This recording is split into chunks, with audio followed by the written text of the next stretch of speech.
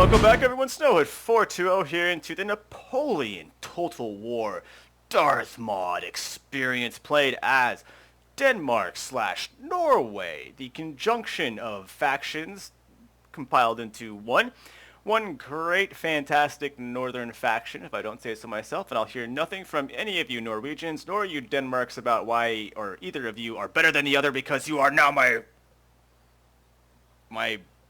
number one. Solidly number one, okay? That's it.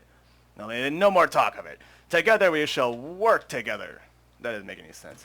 We will have to work together to conquer that which stands before us and opposes us. And I tried to set up this exactly like the last part, but I couldn't for the life of me get everything to function properly. And by function properly, I mean the choices that I made in the first part compared to this now are slightly different, and there was nothing I could do about it. The diplomacy did what it did.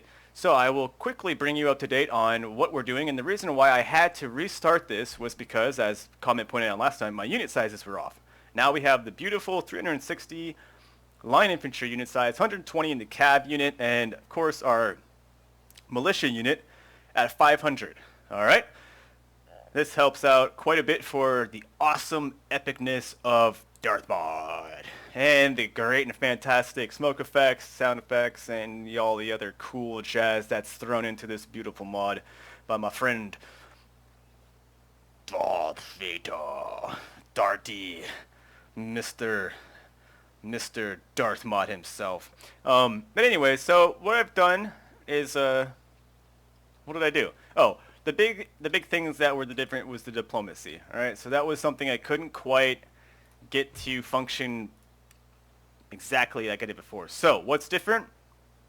Oddly enough, or maybe not oddly at all, but I have an alliance with Prussia, so this is working out really well, and I'll point out why this is working out really well.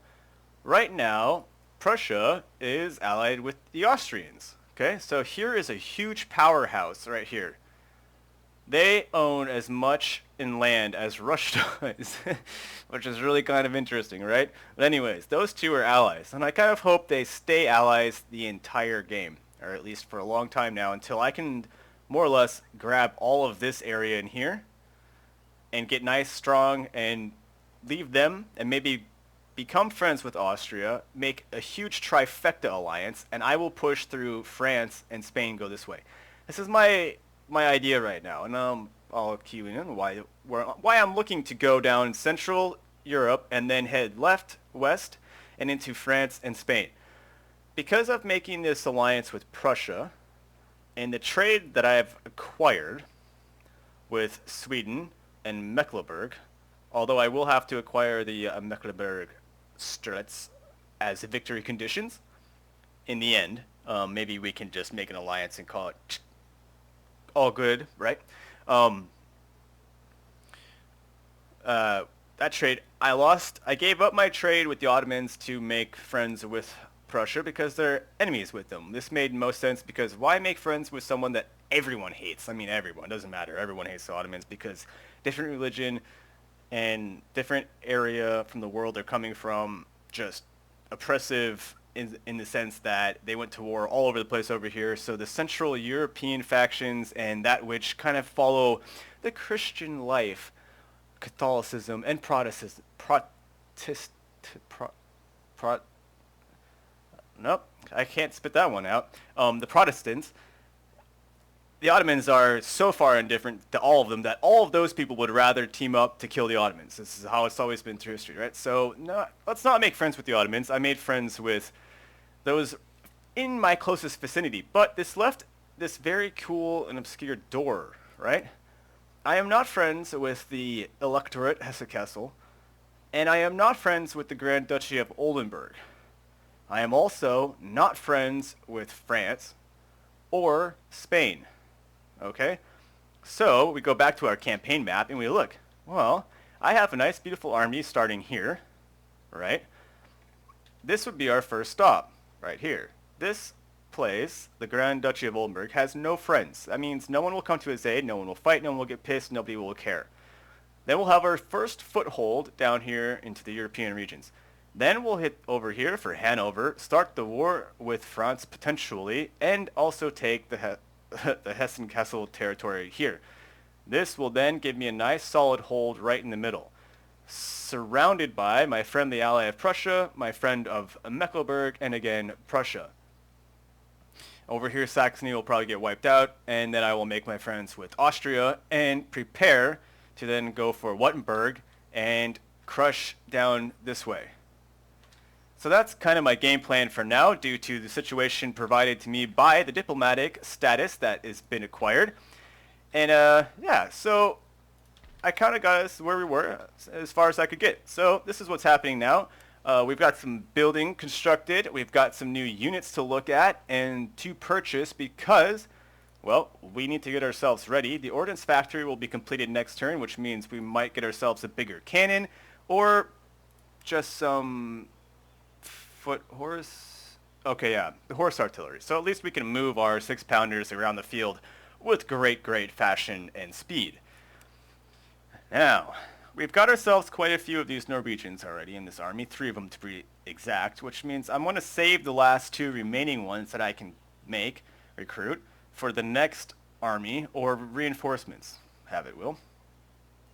We have Jaegers as our skirmish, and we have, of course, our line infantry that now gets a little upgrade, so they're not actually too far behind the Norwegian Fusilier, which is pretty sweet. And then we've got ourselves the Funen Infantry Regiment. So this is a new little unit.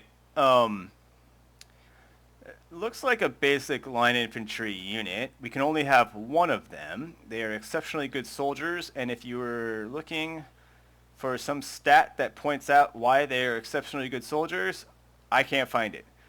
They have the exact same stats as the line infantry, 110, 32, 27, 13, 13, 11, 11, and 7. So I don't know. It's a fancy unit, but we will take them just to get something new. Check them out. They can join this army, which is pretty sweet. And then I will take on, we got some Holstein Cavalry Regiment. It's a heavy cav unit. We started off with Dragoons, Mounted Jaegers, and Hussars, which are all light cav. Now we have a couple of heavy cav units. The, oh boy, Schleswig Dragoons? Wow. I'm going to have to look that up to see how you might pronounce that more correctly. But that's a mouthful right at the beginning. That's SCHL. Anyway, so we'll take we've got 2 light units now. Maybe a couple heavies would be fun.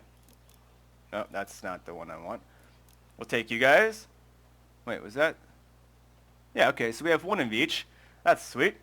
And we'll take another line infantry unit. And here. That should do the trick for now. That should put us up to about 16 units minus the militia that will stay behind, of course, to provide garrison in Copenhagen. The other thing that's been done, of course, is more merchant ships are purchased on the turn flip, of course, each time, more or less. I have 3 now, so we're producing 888, and we'll see probably about 1,200 or so on the net. Oh. Looks like I already had 1 to go. Let's see what happens. We got, like I said, about 1,200 bucks from that one. So this guy should put us about 1,500 to 1,600 from that, which is keeping us afloat. If you guys are concerned about my economy, it is probably the one thing that I pay attention to most in all of my Total War games. I will always choose to make money first over having army. And the reason for this being my skills at being general on the field are greater and far superior than that of which the AI can perform at any time. I will always know when, and most likely I will lose and accept these losses because the computer outperformed me on the campaign map. But on the battlefield, most likely, I know that I'm going to be able to overcome most of my problems. So, the economy is always the first and foremost with me because that will provide me, in the long run, the greater power. Money is power. Power is money. It is a circle, and if you have not one, you have neither the other. That is how it works. Manpower will not always win the game. And then as I have seen too often and many times before, diplomacy will usually overcome any battle situation that you can try and throw at somebody, because they might be able to throw money at you. They might be able to send you some land. They might be able to give you anything you might want other than going to war with somebody. It's amazing. But anyways, let's get back to our fantastic campaign. I think I need to flip turn, and we'll cruise ourselves along here. But yeah, I've always gone for economy first. I figure, what the hell? I can use militia. I mean, they might rout, they might run away, we might take losses, but I know for certain that I'll at least be able to perform tactics, get casualties, maybe even get the victory when odds are greatly against me. But yeah, I can't say that I've ever just straight up lost a total war campaign. I've always been able to kind of overcome the odds. I'd say the best time though was when I first found Total War. I mean, it was such an amazing find, this game. And playing my first one, Medieval 2, man, you walked into that campaign map and you just had to look, where do I want to go? Where do I want to go? It didn't matter what faction you were, or where you wanted to play, or whatever. It didn't matter. It's always the same thing. You start off with your one or two places and you go, okay, what's the plan? What am I going to do? Who's going to fight me first? Who's going to go to war first? Who wants to die first? Oh, man. It's just too much. This is easily one of the best games in existence. Let's get our merchant trade ships going. Hello. Hello, Russia. Get out of my way, Russia. These are my trade lanes. So how good was my guess? 1560, pretty much on target. So about 400 per boat, and the upkeep on a boat is not 400. Where does one even figure this out? Sometimes I don't remember. That's the 43 upkeep costs, which means he's pulling in at least 350 in profit every turn. It's a solid bit of work there that those guys do. Let's get our dude here. So this cuts down the course research time, and I did change this last time I went for national debt, which would have I don't know, a little discount on your upkeep. This time I went for the classical economics first, and the only reason why I did that was because I already have this building down here, the market. I want a merchant house.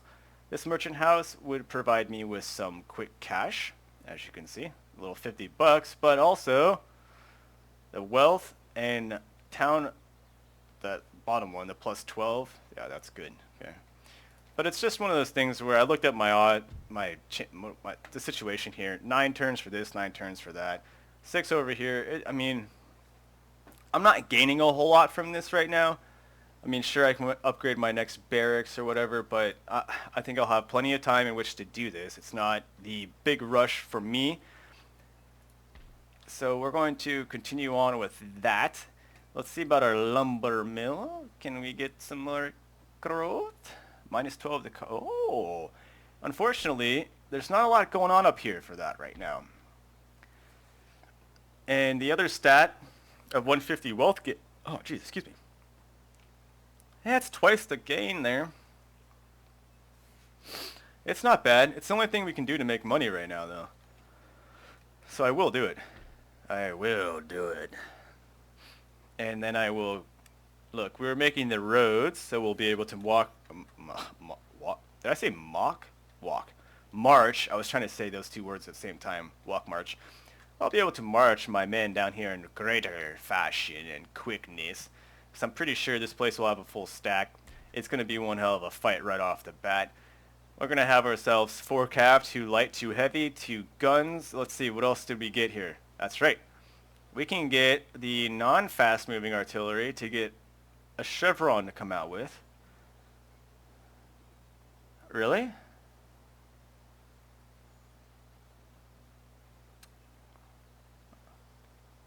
Well, it's not like, I didn't... 42 accuracy, 48 accuracy. It's the exact same gun. Why are the stats different? The only thing that should be different about these 2 units is the fact that 6 horse pull this cannon so it can run, whereas 2 horse will pull this cannon and it can only walk. I don't really understand that. Of course, you got to pay for the horse, which makes a lot of sense. I will buy one of these. 3 cannons will be pretty nice. We'll have 1, 2, 3, 4, 5, 6, 7 line infantry. No, there's a militia in there that I counted, didn't I? Where did he go? Oh yeah, here it is. So it's 6 line infantry, and I am not deleting this guy. Okay, I'm not worried about his 86 upkeep, but I am going to keep him around. Actually, I don't need him. Well, I kind of wanted him there because, just for the sake of having someone behind, but I guess I just spent about 100, 240 bucks in the past 3 turns having him in existence. Ah, well. Shoot. Okay, we'll disband our poor militia unit. Although they could very well be used as a vanguard unit. Wouldn't that be the greatest? Send in the militia first. But sir, they won't last. I know, but the cannon fodder. They're not gonna have walls or anything. I guess we'll just get rid of them. Alright, you guys win. If you told me to get rid of them, I got rid of them. Alright, let's go back to our line infantry. Grab up a couple more of these. We'll take the 3, which will replace the 1. Give us that, and that's 4. In 2 turns, we have ourselves a full stack. And we shall march. March on Oldenburg. Which will take us down here through the road, across the bridge, and through the forest to grandmother's house we go. Right? Okay, anyways. The ministers this time, I was excited because my minister started off with a 4 in army and 4 in navy. I flipped 2 turns and the poor bastard loses a star. You know, I don't know. There was some stat, actually a stat gain to somebody, but it didn't quite apply and he lost a star. Yeah, crap happens. Not much you can do. One thing that is annoying, and I gotta be honest, I'll have to look up on the history at, this man right here, Mr. Christian the Seventh.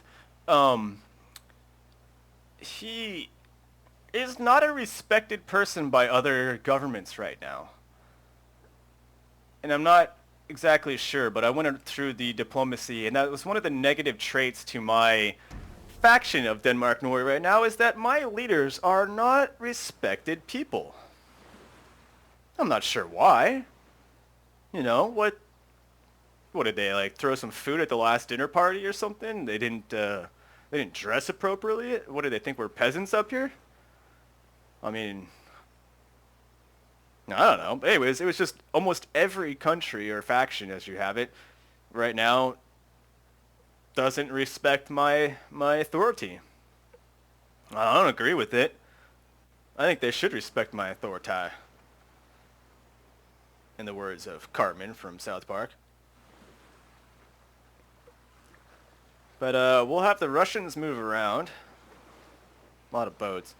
And if the turn flips start becoming a real drag on time, I'll do what I did in the USA campaign, and I might just cut out the turn flips so we don't have to sit back and watch. But I will use them from time to time to explain certain things that I'm trying to do across the campaign map, if possible.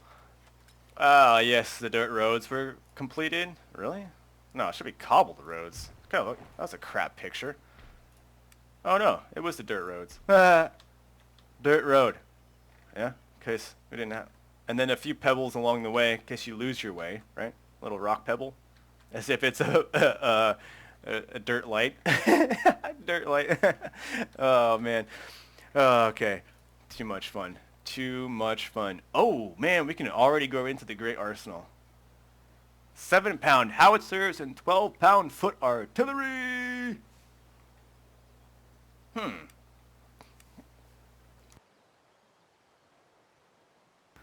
Well, sorry if you guys have to hear that. My nose is stuffed for some dumb reason right now.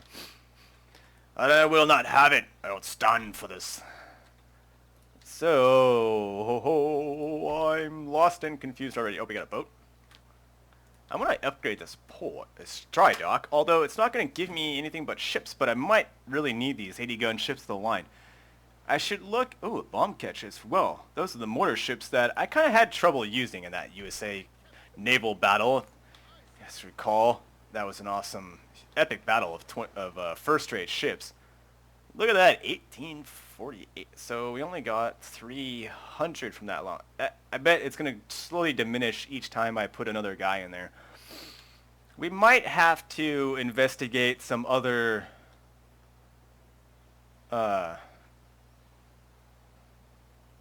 trading options. We got cotton, cotton, cotton. Oh wow, cotton would be more effective than fur. Let's explore. We have some move points. They're not using the tobacco. Oh. The tobacco?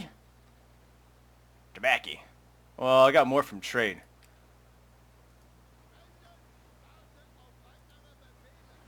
Cotton. Yeah! Talk about doubling your profits by being on the wrong thing. I kind of figured that Great Britain would have this, and I was not going to contend with them.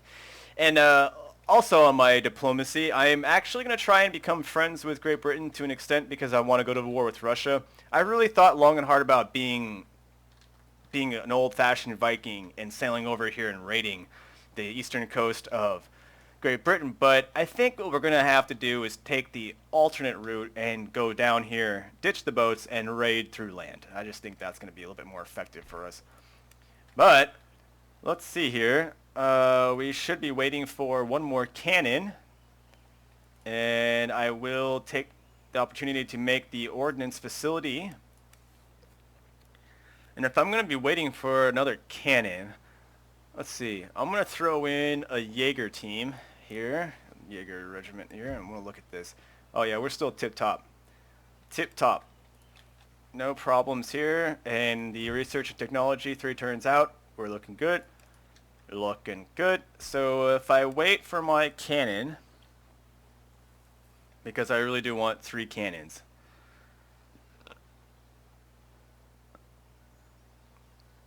I think we'll be sufficient with the 1 Jaeger team. I'm wondering, do I leave a Jaeger behind, or do I take the Jaeger and leave a line infantry behind? That's my decision right now, but I am going to wrap this part up, and we will know that I will put us in a position. I will probably start the next part with just making the 2 turns to get my army down to here, and we will start so we can get on this action in the part 3 right away. I really hope you guys enjoyed this part 2, and you bear with the fact that it was yet again more campaign play, but I really hope that you guys will enjoy the fact that I'm going to try and take a different approach to this campaign as far as tactics on the campaign map. And I really want to try and make sure all of my moves are legitimate diplomatic strong moves, so that I make stronger friends with my allies and I make harsher, more hated enemies with my opposed factions. And I want them to really understand that I'm here to slaughter all that oppose me. This is not one of my old campaigns where we're just going to go out and have some fun. This is going to be a decimation. And we want to make sure we do and make all of our moves really clean, appropriate. The quality is going to be high here. I want to try and raise the quality of gameplay. So I will also ask for your guys' advice, because I value all of your comments to the utmost, and I listen to them all and read them all with equality amongst all.